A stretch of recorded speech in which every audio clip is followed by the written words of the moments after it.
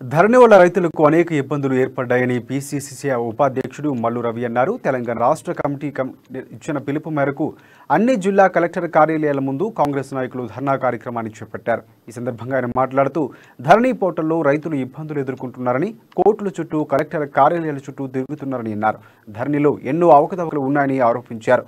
₹1,00,000 రుణమాఫీ చేస్తామని చేయలేదని విమర్శించారు. కాంగ్రెస్ పార్టీ అధికారంలోకి వస్తే ఏకకాలంలో ₹2,00,000 రుణమాఫీ చేస్తామని ప్రకటించారు. అదేవిధంగా పేద ప్రజలు ఇల్లు కట్టుకోవడానికి ₹5,00,000 వరకు అందజేస్తామన్నారు. ఈ కార్యక్రమంలో కాంగ్రెస్ పార్టీ నాయకులు, కార్యకర్తలు పాల్గొన్నారు. దాన్ని సరిచేసి రైతులకున్న ఇబ్బందులన్నింటినీ కూడా పరిష్కరించాలని చెప్పడం జరిగింది. దానికి కలెక్టర్ గారు సానుకూలంగా స్పందించారు. అది మొదటి డిమాండు.